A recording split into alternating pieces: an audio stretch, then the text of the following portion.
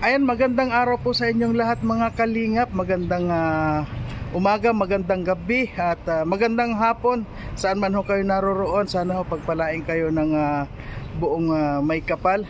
At kung bago ka pa lang ho sa aking channel, please subscribe at paki-click na rin ho ang notification bell para maging updated ho kayo sa lahat ko pang gagawing mga video. At syempre po, wag natin kalimutang suportahan Kuya Bal Santos Matubang, Ate Edna Vlog at Kalinga Prab. At ang inyong lingkod ho, Marius Vlog. Ayan po, maraming pong salamat. At sa ngayon ho mga kalingap, magbibigay lang ho ako ng update para tungkol kay Bina. Pasensya na ho kayo mga kalingap kung hindi ho natin nakikita sa video si Bina ho. Dahil yun nga ho, meron ho tayong sinusunod na rules dito na hindi natin pwedeng i-video si Bina. So ngayon ho mga kalingap, meron lang ho tayong tatanungin dito sa nag-aalaga sa kanya. At yun nga ho si Maria Ligaya. At sa ngayon ho, kagagaling niya lang ho doon kay Bina. At maya maya ho ay pupuntahan natin si Bina para dalhin ho sa ospital. At para gumaling na rin ho siya. So ngayon ho mga kalingap, samahan nyo ako para tanungin natin kung ano nang nangyari kay Bina. Tatanungin ho natin ngayon si Maria Ligaya. Ngayon ho, papasok na tayo sa sasakyan kasi nandun na ho sila sa sasakyan. At paalis na ho kami, pupunta nga kami kay Bina sa ngayon.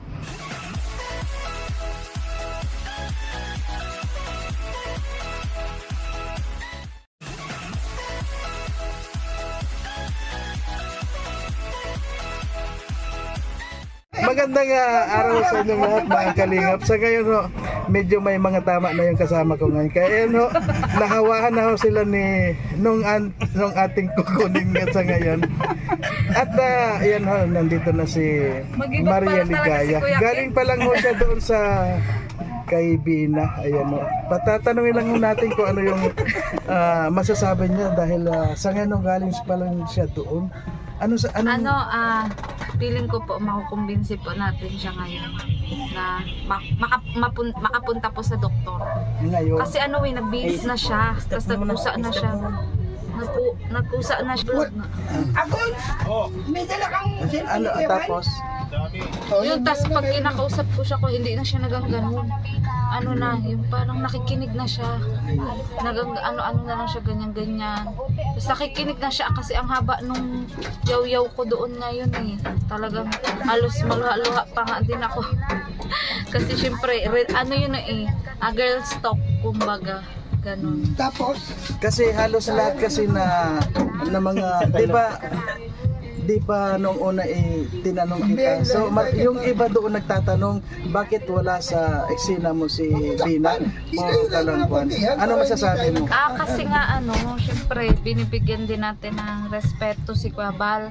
Syempre vlog yun ni Kuya Bal. So ngayon usap talaga namin ni Kuya. 15 days monitoring, pero siya nga muna yung hahayaan ko mag-vlog. Hindi tayo dun pwedeng mag-vlog ng mag-vlog. Maliban na lang kung sinabi talaga ni Kuya na i-vlog mo. Ganon. So, yun po yung sagot ko doon sa katanungan nila na bakit hindi ko gaanong binablog si Bina. Kasi respeto nga rin po kay Kuya Bal. Kasi pag once na binalag ko si Kuya Bal, si Bina, binalag ko si Bina, tapos binalag ni Kuya Bal, pwede kasing mangyari nun, maguluhan din yung viewers. Kaya, ayan, copyright ka na, Kuya Bal. Okay lang, basta may interview kita, wala, okay lang yun. lang. Makapirate na. Oo nga. Tama yun, may tama ka dyan. May tama ka. Ayan ho mga kalingap, yun ho pala ang dahilan. At pasensya na ho kayo mga kalingap kung nung una ho hindi natin nakita si Bina kasi nga ho respeto lang ho kay Kuya Bal kasi sa kanyang vlog ho yun, hindi ho kami pwede mag vlog doon. So ngayon lang, dito lang ho tayo hihingi ng balita or impormasyon sa nag-aalaga sa kanya na si Maria Ligaya. Ay saka nga po pala, may pakiusap din po ako sa inyo, At syempre po kailangan ko din po talaga ng pwersa ng lalaki. Kasi kumbaga syempre po malakas din po si Bina ngayon. So kumbaga po kung kailangan natin pong kumbinsihin si Bina at yun nga pwersahin po natin na na makapunta sa doktor. Yung kumbaga po yung hawak lang din naman po na hindi rin po siya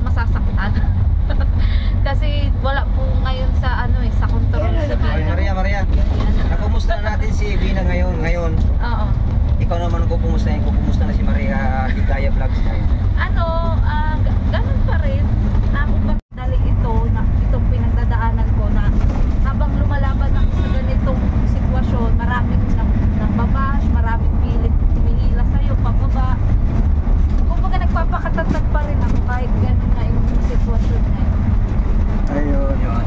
Kaya nga dito ako kahit maraming pilit nagsabi, umalis ka na dyan, wala kang kwenta, ano bang ginagawa mo dyan, puro abuse. Sa ngayon po hindi ko po kayo iintindihin mo na kasi focus po ako kung sa paano po ngayon gumaling si Bina. Yun lang po.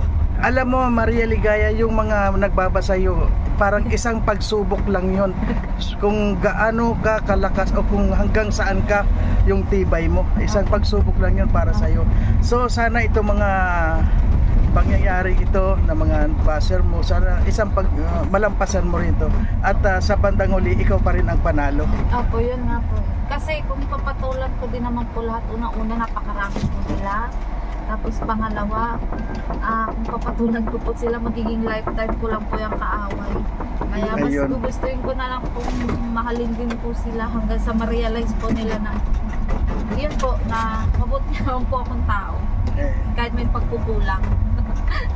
Ayan po mga kalingap, sa ngayon nandito kami sa bahay ni Bina. Ayan at kukunin ho namin siya. At pasensya na ho kung hindi ko siya makukunan ng camera. Ano po, pasensya na po. Ayan, kukunin ho namin ngayon si Bina para isakay dito sa pick up. Pero pasensya na ho kung hindi ko makunan ng camera. Kayo na ho ang mag... Ayan po. Ayan mga kalingap, nandito tayo ngayon sa bahay ni Bina para kunin ho siya. Isasakay natin dito sa pick up para madala ho sa pagamutan. Kaya pasensya na ho mga kalingap kung hindi ko makukunan ng video si Bina. Ayan po, maraming pong salamat sa pag-unawa kung halimbawa wala man sa kon ko yung mukha ni Bina. Ano po, maraming pong salamat. Ayan, kukunin na ho natin si Bina sa loob. Papatayin ko muna ho itong camera. At wag ho kayong mag-alala dahil baka masulyapan din ho ng ating camera. Kahit kaunting sulyap lang ho. Ayan po, maraming pong salamat. Ayan mga kalingap, sa ngayon nananapan pa si Bina. Nanununtok ko, kaya kung hindi ho siya sasama ng mahinahon, talagang pipirsahin na ho namin siya na dalhin sa isakay sa bus. Ayan mga kalinga, pasensya na muna ako kung hindi ko siya ma-videohan o ano.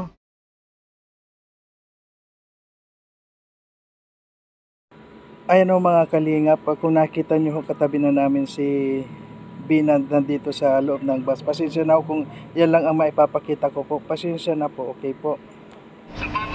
Ngayon Maria Ligaya, masaya ka na? Ha? Masaya ka na ngayon? Bakit parang nakasumusangot ka pa? Hindi, syempre nasa sitwasyon tayong kuya, seryoso. Ayan, kaya hindi tayo pwedeng basta lang tumawa-tawa, ganun. Ay, huwag masyadong may stress din, baka magaya ka sa kanya. So, hindi naman. ang mahalaga, nandito na tayo sa ospital. Oo.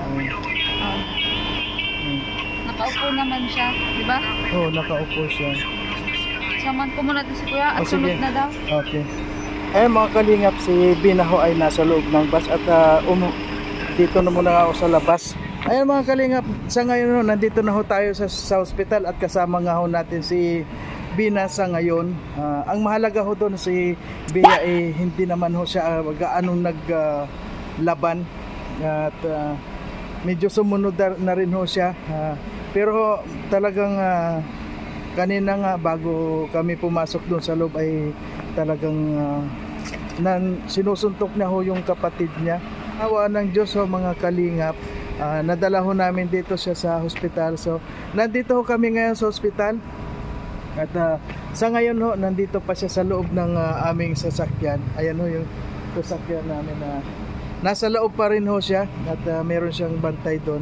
Umalis na muna ako doon sa loob para at pasensya na ho mga kalingap kung wala ho akong video para kunan siya dahil respect po hindi po kami pwede mag video doon dahil kay Kuya Bad ho yun hindi ho kami pwede mag video. Kailangan lang ho na pangunawa sa inyo po. Kung gusto nyo hong makita ng buo ang video niya, pumunta ho kayo sa kuha ni Kuya Bal na tunog. At siya nga ho pala, bago ho ang lahat, wag ho nating kalimutang suportahan Kuya Bal Santos Matubang, Ate Edna Vlog at Kalinga Prab. At ang inyong lingkod ho, Marius Vlog, sana huwag nating kalimutang suportahan. Lahat ho ng mga aking ina-upload, sana pa-support naman ho. At yung mga bago pa lang ho sa aking channel, please po paki-pindot na rin yung notification bell para maging updated ho kayo sa lahat kong ginagawang mga video. Marami pong salamat. God bless po. Ayan.